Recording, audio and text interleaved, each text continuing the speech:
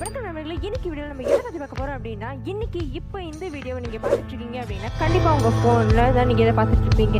அப்படி நீங்கள் பார்த்துட்டு இருக்கிற உங்கள் ஃபோன் ஒரு டச் ஃபோனாக தான் இருக்கும். இன்னைக்கு அது அந்த டச் மொபைல் எப்படி ஒர்க் ஆகுதுங்கிறத நீங்கள் யோசிச்சிருக்கீங்க. வேலை அப்படி நீங்கள் யோசிச்சிருந்தீங்க அப்படின்னா இன்னைக்கு அதுக்கான வீடியோ நம்ம இந்த வீடியோவில் பார்க்க போகிறோம். ஃபர்ஸ்ட் டச் ஸ்க்ரீனை கண்டுபிடிச்சது யார், டச் ஸ்க்ரீன் எப்படி ஒர்க் ஆகுது, அதுக்கு என்னென்ன தேவைங்கிறத டீட்டெயிலாக நம்ம இந்த வீடியோவில் பார்க்க போகிறோம். ஸோ இப்போ நான் வாங்க இப்போ வீடியோக்குள்ளே போகலாம்.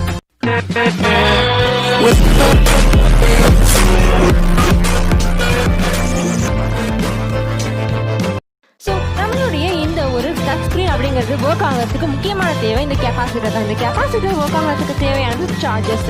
ஸோ இந்த சார்ஜஸ் வந்து ஆப்போசிட்டாக இருக்கிறப்ப அட்ராக்ட் பண்ணும் அண்ட் அதே சமயம் வந்து சேமாக இருந்தால் ரிப்பல் பண்ணும். ஸோ ஆப்போசிட் சார்ஜஸ், அதாவது ஒன்று பாசிட்டிவ் ஒன்று நெகட்டிவ்னு இருக்கிறப்ப அது ரெண்டும் அட்ராக்ட் ஆகும். ரெண்டும் அட்ராக்ட் ஆகிறப்ப நடுவில் கிரியேட் பண்ணப்படுற ஒன்று தான் எலக்ட்ரோஸ்டாட்டிக் ஃபோர்ஸ் அப்படிங்கிறது. ஓகேங்களா? ஸோ அப்போ இந்த கெப்பாசிட்டர் இதை வச்சு எப்படி ஒர்க் ஆகும் அப்படிங்கிறத பார்க்கலாம். இந்த கெப்பாசிட்டர் வந்து எப்படி இருக்கும்னா, ஒரு கண்டக்டிவ் ஷீட் இருக்கும், நடுவில் ஒரு இன்சுலேட்டர் இருக்கும், அதுக்கு அடுத்தது வந்து இன்னொரு கண்டக்டர் இருக்கும். ஸோ இந்த ரெண்டு கண்டக்டரில் வந்து பார்த்தீங்கன்னா ஒரு கண்டக்டரில் வந்து ஃபுல் அண்ட் ஃபுல் பாசிட்டிவ் சார்ஜஸும் இன்னொரு conductor full and full negative சார்ஜஸும் இருக்கும். ஸோ இப்படி இருக்க இந்த கெப்பாசிட்டரில் வந்து பார்த்தீங்கன்னா நம்ம ஒரு பேட்டரியை கொண்டு போய் கனெக்ட் பண்ணோம் அப்படின்னா இதனால அங்கே வந்து கரண்ட் ஃப்ளோ நடந்து நம்மளால் எலக்ட்ரிசிட்டியை ப்ரொடியூஸ் பண்ண முடியும். ஓகேங்களா? ஸோ இதே டெக்னிக்கை தான் வந்து நம்ம ஃபோன்லையும் பயன்படுத்துகிறாங்க. ஸோ இந்த ஃபோனோட டச் ஸ்க்ரீன் ஒர்க் பண்ணுறதுக்கு இந்த ஃபோன் எப்படி இருக்குங்கிறத ஃபஸ்ட்டு பார்ப்போம்.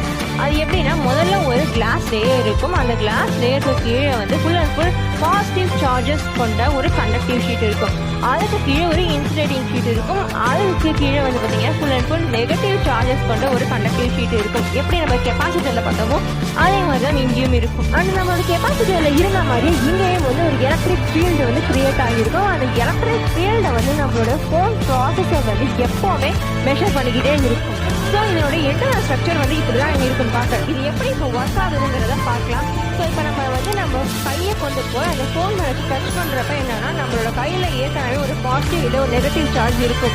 ஸோ அப்படி இருக்கிறப்ப இப்போ ஒரு எக்ஸாம்பிளுக்கு நம்ம கையில் நெகட்டிவ் சார்ஜ் இருக்குன்னு வச்சுக்கோங்க, நம்ம கொண்டு போய் டச் பண்ணுறப்ப மேலே வந்து எப்பவுமே பாசிட்டிவ் சார்ஜ் இப்படி ஒரு கண்டக்டிவ் ஷீட் தான் இருக்கும்.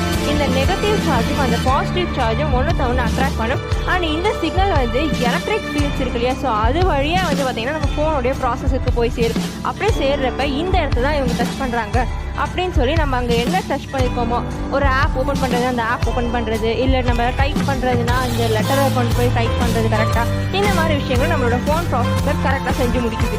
இதுவே இப்போ நம்ம கையில் நெகட்டிவ் சார்ஜ் இல்லாமல் ஒரு பாசிட்டிவ் சார்ஜ் இருக்குன்னு வச்சுக்கோங்களேன், நம்மளுடைய கையில் இருக்கக்கூடிய அந்த ஒரு பாசிட்டிவ் சார்ஜும் ஃபோனோடைய கண்டக்டிவ் ஷீட்டில் இருக்கக்கூடிய அந்த ஒரு பாசிட்டிவ் சார்ஜும் வந்து ரிப்பல் ஆகும். அப்படி ரிப்பல் ஆகிறப்ப என்ன ஆகும்னா, கீழே இருக்கக்கூடிய அந்த எலக்ட்ரிக் ஃபீல்டில் வந்து ஒரு மாற்றம் ஏற்படும். அந்த ஒரு மாற்றத்தை வந்து அங்கே இருக்கக்கூடிய நம்ம ஃபோன் ப்ராசஸர் வந்து உணரும். அப்படியே அது உணர்றது மூலியமாக இவங்க இங்கே தான் டச் பண்ணுறாங்க, இதை நம்ம ஓப்பன் பண்ணணும், இல்லை இதை நம்ம டைப் பண்ணணும் அப்படிங்கிறத அது உணர்ந்து கண்டிப்பாக செய்யுது. பட் இது எல்லாமே வந்து பார்த்தீங்கன்னா இப்போ நம்ம யூஸ் பண்ணிட்டு இருக்கக்கூடிய இந்த மாடர்ன் செல்ஃபோன்ஸ்க்காக மட்டுமே தான். பட் இதுக்கு முன்னாடி இந்த பழைய மாடல் செல்ஃபோன்ஸ்லாம் எப்படி ஒர்க் ஆகும் அப்படின்னா, இதில் பார்த்தா மாதிரி தான் அங்கேயும் வந்து ஒரு கண்டக்டிவ் ஷீட் இருக்கும், ஒரு இன்சுலேட்டிங் ஷீட் இருக்கும், அடுத்து ஒரு கண்டக்டிவ் ஷீட் இருக்கும். ஸோ இதில் என்ன நடக்கும் பார்த்தீங்கன்னா, இப்போ நம்ம மேல் டச் பண்ணுறப்ப மேலே இருக்கிற கண்டக்டிவ் ஷீட்டு கீழே இருக்கிற கண்டக்டிவ் ஷீட்டு வந்து ஒன்று டச் பண்ணும். அப்படி டச் பண்ணுறப்ப அந்த ஒரு சென்ஸ் இருக்கு இல்லையா, அதை வந்து நம்மளுடைய ப்ராசஸரிங் வந்து அதுக்கேற்ற மாதிரியான ஒரு அவுட்புட்டை வந்து கொடுக்கும். பட் இது வந்து பார்த்தீங்கன்னா ரொம்பவே ஸ்லோவாக நடக்கக்கூடிய ப்ராசஸுங்கிறதுனால தான் இப்போ இதை சேஞ்ச் பண்ணிட்டாங்க. ஆனால் இப்போயும் வந்து நம்மளோட ஏடிஎம்ஸ் மாதிரியான விஷயங்களில் இதை நம்ம யூஸ் பண்ணிட்டு தான் இருக்கோம். நம்ம எல்லாருமே இந்த டச் ஸ்க்ரீன் அப்படின்னு சொல்கிறது புது டெக்னாலஜி, மாடர்ன் டெக்னாலஜி, அட்வான்ஸ்டு அப்படின்லாம் தான் யோசிப்போம். ஆனால் உண்மையான ஒரு ஆச்சரியமான விஷயம் என்னன்னு பார்த்தீங்கன்னா, இந்த டச் ஸ்க்ரீன் டெக்னாலஜியை முதல்ல கண்டுபிடிச்சது 1965. ஆமாங்க, என்னப்பா சொல்கிற அப்படின்னு கேட்டிங்கன்னா உண்மைதான். 1965 E.A. ஜான்சன் அப்படிங்கிறவர் தான் முதல்ல ஃபிங்கர் டச்சிங் மூலியமாக ஒர்க் ஆகக்கூடிய ஒரு டிவைஸை வந்து கண்டுபிடிச்சார். பட் அவர் கண்டுபிடிச்ச டிவைஸ் வந்து பார்த்தீங்கன்னா ஒரு நேரத்தில் ஒரு இடத்துல டச் பண்ணி ஒரே ஒரு ஃபங்க்ஷன் செய்கிற மாதிரி தான் இருக்கும். இப்போ நம்ம யூஸ் பண்ணுற மாதிரி மல்டி ப்ராசஸ்லாம் வந்து இப்போ கிடையாது. அவருக்கு அப்புறம் வந்த பல சயின்டிஸ்ட் வந்து இதை வந்து டெவலப் பண்ணி நல்ல ஒரு ஸ்டேஜுக்கு கொண்டு வந்தாங்க. அதுக்கப்புறம் வந்து பார்த்தீங்கன்னா இப்போ நம்ம யூஸ் பண்ணிட்டு இருக்கக்கூடிய மல்டி டச் ஸ்க்ரீன் டெக்னாலஜி வந்து எப்போ வந்ததுன்னா 1980களில் வந்தது. 80களில் அவங்க அதை கண்டுபிடிச்சிருந்தாலும் மார்க்கெட்டில் வந்து கொடுக்கப்பட்டது அப்படின்னு பார்த்தீங்கன்னா 1990களில் தான். ஸோ இந்த வீடியோ நீங்கள் இவ்வளவு நேரம் வந்து ஸ்கிப் பண்ணாமல் கண்டினியூஸாக பார்த்துருக்கீங்க. அதனால் நான் இப்போ உங்களுக்கு இன்ட்ரெஸ்டிங்கான போனஸ் பேக் சொல்ல போகிறேன். என்ன அப்படின்னா, இவ்வளவு நேரம் நம்ம பார்த்தது எல்லாமே வந்து பார்த்தீங்கன்னா ஃபோனில் யூஸ் பண்ணக்கூடிய அந்த டச் ஸ்க்ரீன் டெக்னாலஜி தான். ஆனால் முதல்ல கம்ப்யூட்டர் டச் ஸ்க்ரீன் டெக்னாலஜி எப்போ வந்ததுன்னு தெரியுமா? ஆமாங்க, இதுவும் வந்து 1975 யூஎஸ்ஏல டாக்டர் ஜி சாமுவல் அப்படிங்கிற ஒருத்தர் வந்து ரிசர்ச்காக ஒர்க் பண்ணிட்டு இருக்காரு ஒரு டீமோட. அப்படியே அவங்க ஒர்க் பண்ணிட்டு இருக்கிறப்ப முன்னாடி கண்டுபிடிச்சது அதாச்சும் இஏ ஜான்சன் கண்டுபிடிச்சாரு இல்லையா?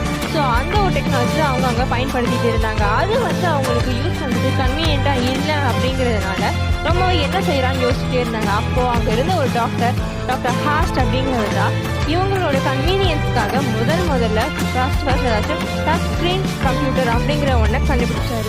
அண்ட் இன்னொரு ஒரு இன்ட்ரெஸ்டிங்கான ஃபேக்ட் என்னன்னு பார்த்தீங்கன்னா, முதல்ல இந்த மல்டி டச் ஸ்க்ரீன் டெக்னாலஜி கண்டுபிடிச்ச சயின்டிஸ்ட் ஆஃப் டொராண்டோ அவங்க தான் கண்டுபிடிச்சாங்க. எப்போனா நம்ம சொன்ன மாதிரி 1980s. ஸோ இந்த வீடியோவில் தான் இதை தாண்டி உங்களுக்கு டச் ஸ்க்ரீன் டெக்னாலஜி பற்றி வேறு ஏதாவது தெரிஞ்சால் அது கமெண்ட்ஸ் லீவ் பண்ணுங்க.